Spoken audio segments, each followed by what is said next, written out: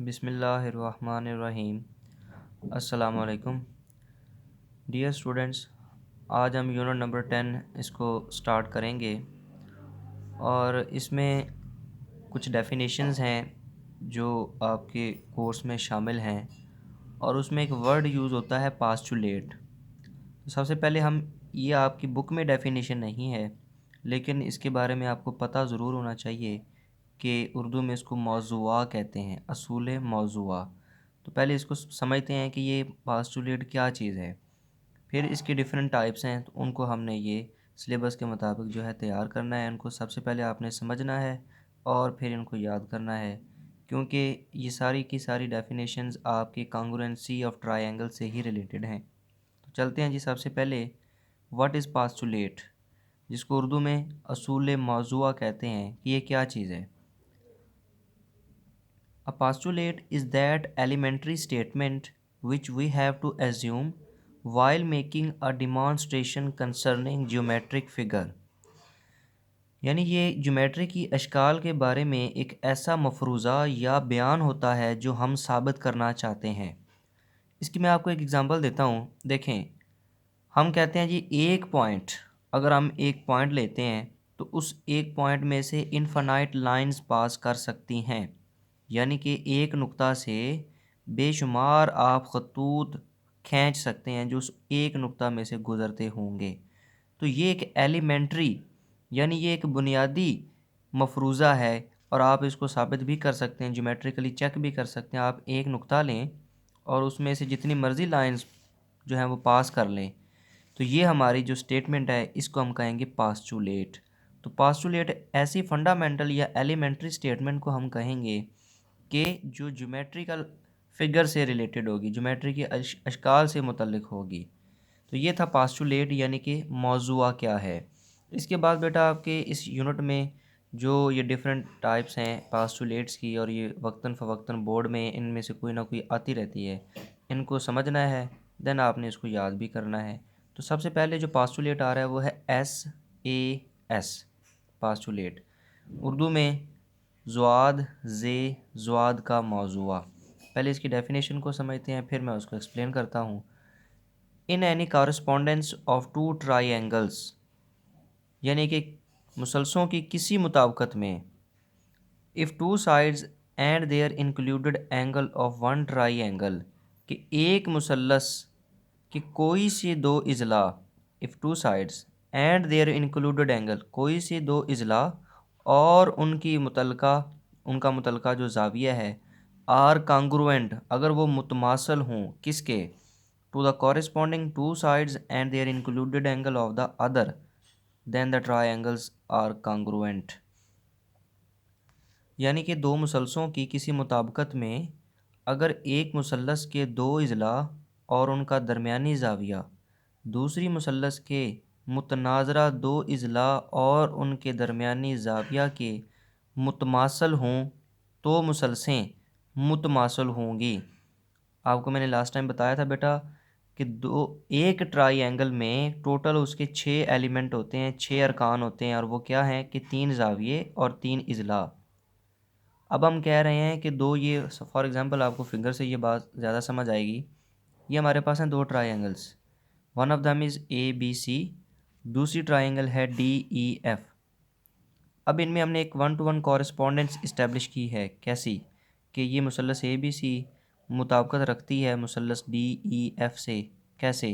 कि अगर इसमें ये एक साइड AB, मुसल्लस ABC में एक साइड AB, ये दूसरी मुसल्लस की एक साइड DE, इसके ये दोनों आपस में अगर हो जाती हैं कांग्रुएंट मुतमासल, इस मुसल्लस की साइड AB और इस मुसल्लस की साइड DE, अगर ये दोनों मुतमासल हैं और फिर ज़ाविया A मुतमासल हो जाए ज़ाविया D के, अब ये ज़ाविया A है इस मुसल्लस का और इस मुसल्लस का ये ज़ाविया है D, ये ज़ाविया, इसका एक ज़ाविया और इसका एक ज़ाविया आपस में मुतमासल हो जाएं, और फिर साइड AC, इस मुसल्लस में आप देखें ये डबल जो कट लगा हुआ है ये साइड AC पर लगा है, और दूसरी मुसल्लस में कट डबल कहाँ पे है, DF पर।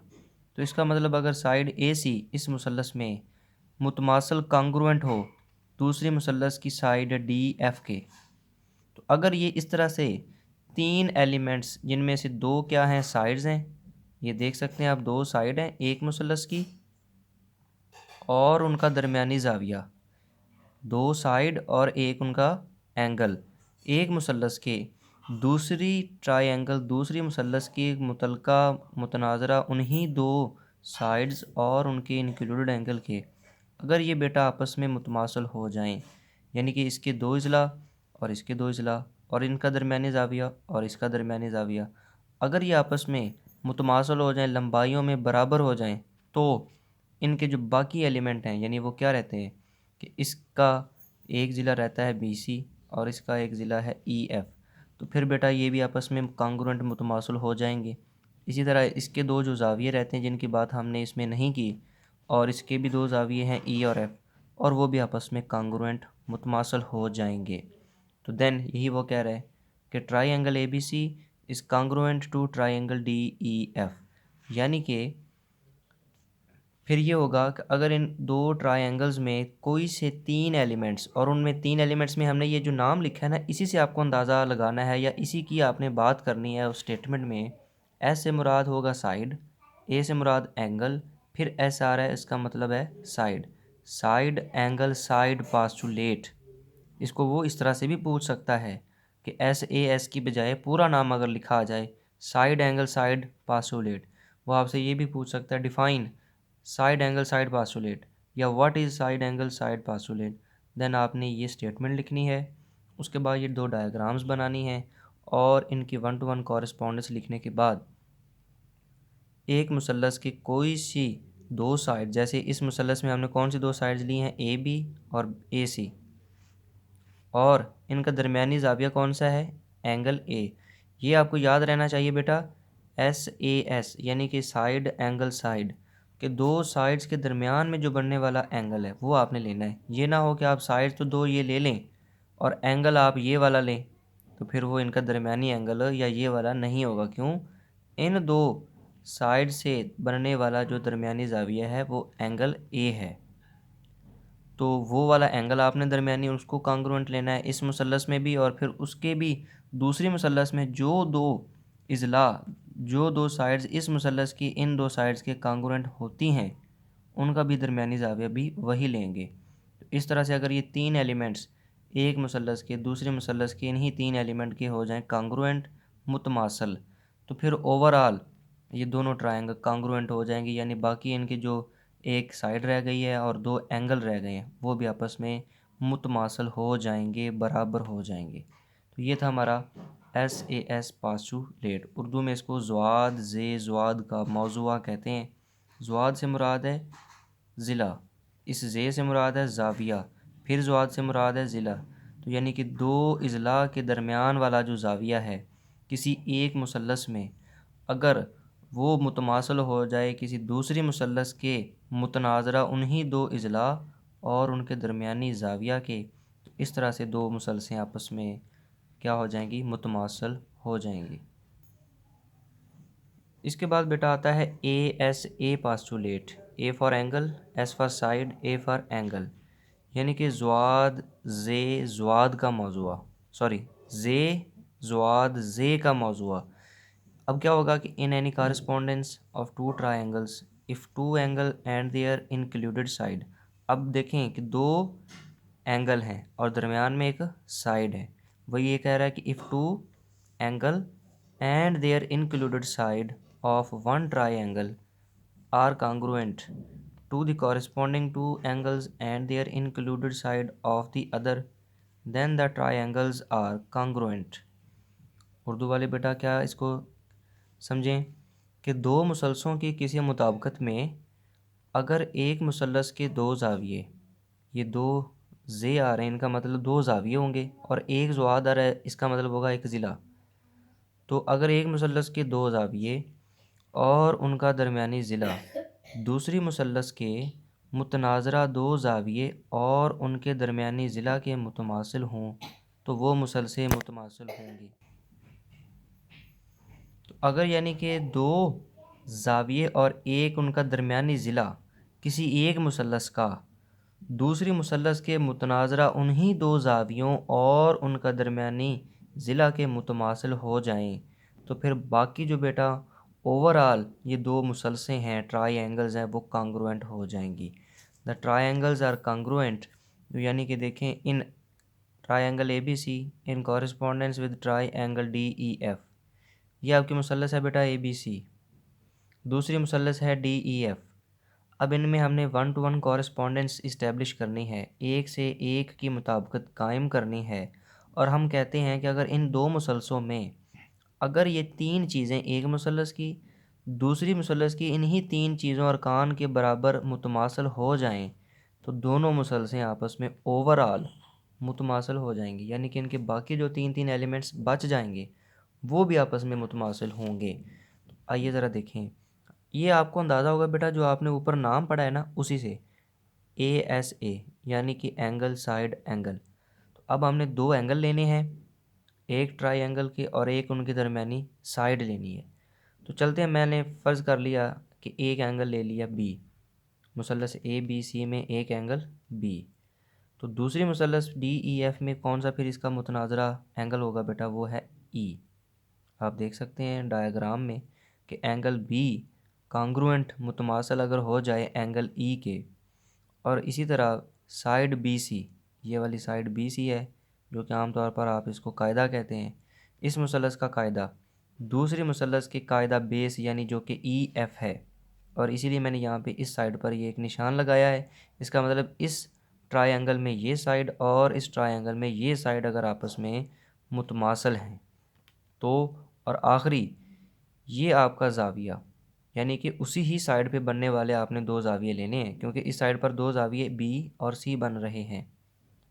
तो B आपने एक बात की E के अगर मुतमासल हो, ज़िला BC EF के मुतमासल हो तो, और फिर ज़ाविया C इस ज़ाविया F के मुतमासिल हो तो क्या होगा, then triangle ABC is congruent to triangle DEF।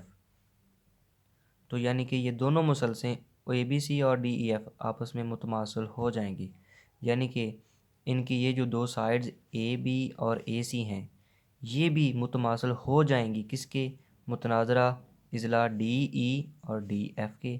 और इनका जो एक एंगल A रह गया और इसका एंगल D रह गया, ये भी आपस में कांग्रुएंट मुतमासिल हो जाएंगे।